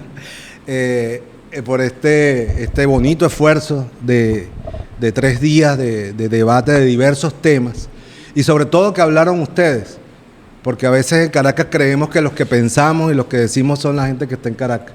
Y en las regiones, como este año estuvimos en Mérida, estuvimos en Lara, en Maracay, Aragua, y ahora acá hay un debate, hay una angustia, hay una preocupación, hay una ocupación y hay un flujo de ideas, ¿no? Yo solamente quería puntualizar varias cosas. Uno, no opiné mucho sobre el proceso constituyente o constituyente de los trabajadores, porque en verdad no lo conozco, me estoy enterando con ustedes, ¿no? Y aprovecho, le iba a decir anteriormente, ojalá los compañeros de la Central Bolivariana de Trabajadores nos aceptaran una invitación en sedes en Caracas para que ellos expusieran en un debate abierto en qué consiste los objetivos y podamos contribuir desde este espacio a ese debate. Nosotros estamos abiertos a eso, ¿no? Y precisamente reivindicamos el encuentro plural de las posiciones, independientemente de cuán divergentes puedan ser, para poder avanzar en ese sentido. Miren, yo creo, el camarada Decidor me decía, no soy tan optimista como Elías. Yo aprendí desde muy joven a ser optimista, porque si uno no es optimista, no puede ser revolucionario, porque yo recuerdo cuando yo entré a militar en Bandera Roja, me dijeron, tienes 4 opciones. Cuando tú entras a una militancia revolucionaria armada, tienes 4 opciones. La primera, la cárcel. La segunda, la tortura. La tercera, la muerte. No, la segunda, la desaparición. La muerte y de último, la cuarta, la victoria. Yo me aferré a esa, porque obviamente no quería ni estar preso, ni muerto, ni desaparecido. Me aferré a la de la victoria. Y nosotros, mira, yo a estas alturas, por eso salto siempre cuando hay una calificación, porque a veces se pierde el sentido cuando calificamos. Nosotros nos acostumbramos, nos educamos en el calificativo, y el calificativo a veces mata el argumento, porque no permite que el otro nos escuche, ¿no? Que nos escuche. El tema de la juventud, lo mismo decían de nosotros, camaradas. Ustedes son una juventud alienada por la televisión, por el cine, por la radio, por la música, etcétera. Nuestro rector Chirino nos llamó una generación boba, y resulta que la generación boba hizo una revolución y logró una victoria sobre un sistema que parecía inamovible, ¿no? El poder de acción democrática, de sus sindicatos patronales, de la DICIC, todo eso, y nosotros nos levantamos contra eso. Por eso yo tengo una fe inmensa siempre en el ser humano, en la juventud, ¿no? Por ejemplo, cuando me dicen, no, que esta juventud del mundo está perdida, y lo que acabamos de ver en Europa de multitudes de jóvenes luchando contra la barbarie en Gaza, bueno, eso es una muestra de esperanza. ¿Cómo no voy a ser optimista? Si esta juventud estuviera perdida, le importara un bledo que mataran a 50.000 personas y a niños y a niñas la sometieran al hambre. No, las juventudes del mundo, ¿no? Quizás donde menos ocurrió fue en Venezuela. Bueno, pues nosotros estamos en nuestra propia Gaza de alguna manera, pues, ¿no? Pero hay futuro, la juventud va a luchar.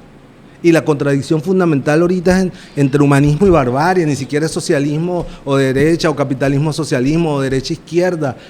Es o la barbarie se impone, la barbarie de una élite se impone y aplasta a la humanidad, o la humanidad triunfa sobre la barbarie, ¿no? Sí, socialismo o barbarie. Entonces, nosotros estamos obligados a transmitir a esos muchachos, a toda la juventud, incluyendo a Mendoza, que es un hombre joven todavía, todavía, y espero que siga mucho, la confianza en que más allá de las dificultades, de que más allá de los obstáculos, de que más allá de todo lo que pueda significar la coacción que pudiera haber en un momento determinado, siempre va a haber un mañana. Y siempre va a haber la posibilidad de construir una victoria. Nosotros lo logramos. ¿Por qué se lo vamos a negar a las otras generaciones? Nosotros lo logramos. Los muchachos que éramos en los años 80 y 90, logramos que toda nuestra agenda, la agenda de los universitarios, la agenda de los obreros, la agenda de los indígenas, la agenda de los campesinos estuviera plasmada aquí. Impensable. Y que en buena parte comenzara a realizarse. Que no terminó de concretarse por las circunstancias que hemos aquí descrito, es otra cosa, pero aquí está. Y cuando yo me refería, y con esto termino, a la irreversibilidad y a la irrenunciabilidad y a la progresividad, es porque hasta ahora, independientemente que en la práctica puedan muchos de estos derechos no estar activos en este momento, suspendidos, como dijo la compañera abogada, no se les ha cambiado ni una coma en esta Constitución, ni en la Ley Orgánica del Trabajo. ¿no? Están congeladas, pero no están derogados, ¿no? Eso es muy importante. Y la defensa más importante que hay en este momento es evitar que se deroguen, ¿no? Esa es la lucha. Y si ese debate que ha convocado el presidente Nicolás Maduro sirve mucho más allá de que si se eligieron un delegado, 3 delegados, yo eso no sé, no me puedo meter porque no tengo conocimiento. Y además sé cómo se mueven esas cosas. Lo importante es que se pueda opinar, como ustedes, bueno, sacaste una carta, por las redes te vi una entrevista, hay un debate abierto que pasa más allá de la formalidad. Cuando esta Constitución se debatió, ¿ustedes creen que el debate fue nada más los 131 constituyentes que estábamos ahí? Había un debate en todo el país y la gente opinaba y mandaba cartas, iba para allá y hablaba por la radio, por aquí, por allá y opinaba. Me dirán, bueno, que ahorita no hay tantos espacios como esos. Bueno, hay que forjarlo, hay que lucharlo, hay que ir generando, ¿no? Lo que tenemos que evitar es que nos veamos nosotros como enemigos. No somos enemigos, ni los que están incondicionalmente con el gobierno, ni los que están con críticas con el gobierno, ni los que están en contra del gobierno, pero son patriotas, son de izquierda, son revolucionarios, etcétera, como quieran considerarse. No podemos tratarnos como enemigos. Somos compañeros de una larga lucha, que tenemos diferencias, que hoy podemos estar en posiciones distintas respecto al gobierno o no, a la política o no, que se sigue, etcétera. Pero en el fondo somos compañeros y compañeras. ¿Me permite decir algo, Elías? Sí. 30 segundos. Como decía Elías, hemos estado en Barquisimeto, en Mérida, en Maracay, bueno, ahora aquí en el estado Bolívar, en Caracas, obviamente, donde hacemos actividad regularmente. Este es el auditorio más plural y democrático en el que hemos estado desde que se creó CEDES. Es el auditorio de esta actividad. Aquí están expresadas básicamente todas las tendencias del CEDES. Entonces, esa circunstancia, coño, hay que saberla leer, Ramón, compañeros, Jan. Algo yo creo que también tiene que ver con el Centro de Formación Guayana y la legitimidad que tiene, no sé qué es, pero coño, no vean eso como un problema, es una gran virtud, El conflicto no es un problema, la cosa es cómo se dirime el conflicto, pero el conflicto es más bien una virtud, o sea, que afloren las distintas maneras de ver la realidad. Y tenemos que aprender a oírnos, pues, tanto las cosas duras como no. Y yo, bueno, finalmente valoro, así como, miren, como hay errores que son imputables, y yo no me escapo de esos errores, yo también tengo mi autocrítica y mi cuota de responsabilidad por los altos cargos que yo ejercí en un momento determinado. Pero eso no puede condenar. Amén. Sí, vaya a trabajar. Eso no condena a los miles, centenas de miles de hombres y mujeres que con el mayor de los esfuerzos, como Yanina, creen firmemente en lo que están creyendo y trabajan todos los días por su comunidad, mal, bien, a veces son muy duras, se ponen sectarias, no tu caso, estoy diciendo porque conozco algunos casos. Todo eso es la verdad, pero estas mujeres son las que en los momentos más difíciles, y digo mujeres porque casi todas son mujeres, ¿no? En los momentos más difíciles fueron las que bregaron para que llegara el alimento, que si era mala, eso no era culpa de ellas, pero ellas trabajaron voluntariamente, trabajaron horas extras sin pago de horas extras, con una voluntad de servicio. Entonces yo también quería terminar y reivindicar a todas mujeres como Yanina, que a lo largo del país han puesto lo mejor de ustedes para tratar de aliviar la carga que ha significado este conflicto y sus consecuencias para el pueblo venezolano. Yanixa. Bueno, muchas gracias de verdad a todos y todas. Un aplauso para ustedes.